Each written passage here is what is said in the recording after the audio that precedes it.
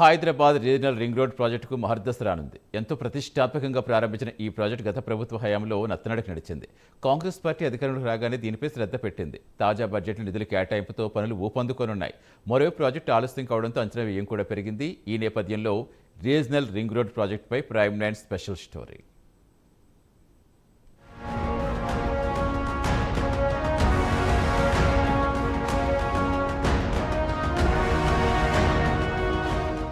Hyderabad regional ring road project ఈ అక్టోబర్లో ప్రారంభం కానుంది. ఎంతో ఆసక్తిగా ఎదురు చూస్తున్న ఈ ప్రాజెక్టుకు ప్రధానమంత్రి నరేంద్ర మోదీ గతంలోనే పునాది వేశారు. జాప్యం కారణంగా ప్రాజెక్టు ఖర్చులు 6,000 కోట్లకు పెరిగాయి. గత 5 ఏళ్లలో కేంద్రం నుంచి పలుమార్లు రిమైండర్లు చేసినా నాటి బీఆర్ఎస్ ప్రభుత్వం అవసరమైన భూములను సేకరించలేకపోయింది. రీజనల్ రింగ్ రోడ్డు ప్రాజెక్టును వాస్తవానికి బీఆర్ఎస్ 2018లోనే సూచించింది. ఈ ప్రాజెక్టుకు అదే సంవత్సరంలో గ్రీన్ సిగ్నల్ ఇచ్చింది. భూసేకరణకయ్యే ఖర్చుల సగం భరించడానికి కూడా అంగీకరించింది.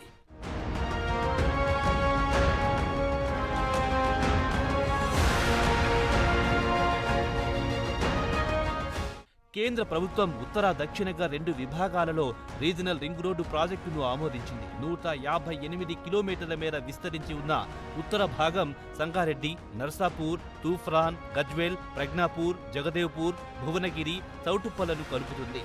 దక్షిణ విభాగంలో చౌటుప్పల్, ఇబ్రహీంపట్నం, కందుకూరు, ఆమన్గల్, చేవెళ్ల, శంకర్పల్లి, సంగారెడ్డి మీదుగా 182 కిలోమీటర్లుంటుంది. దీనివలన హైదరాబాద్ నగరానికి ట్రాఫిక్ ఒత్తిళ్లు తగ్గనుంది.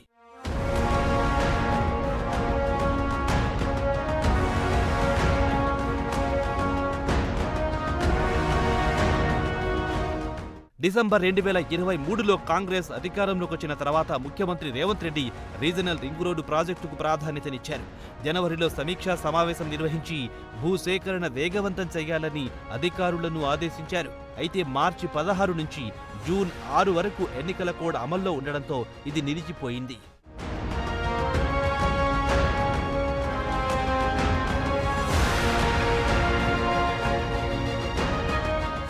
గత బీఆర్ఎస్ ప్రభుత్వం ఈ ప్రాజెక్టుకు అవసరమైన మొత్తం 1935 హెక్టార్లలో 1459 ఎకరాలను మాత్రమే సేకరించే ప్రక్రియ ప్రారంభించింది. ఈ క్రమంలో సెప్టెంబర్ నాటికి భూసేకరణ పూర్తి చేసి అక్టోబర్లో రీజనల్ రింగ్ రోడ్డు ప్రాజెక్టు పనులు లాంఛనంగా ప్రారంభించాలని లక్ష్యంగా పెట్టుకున్నారు.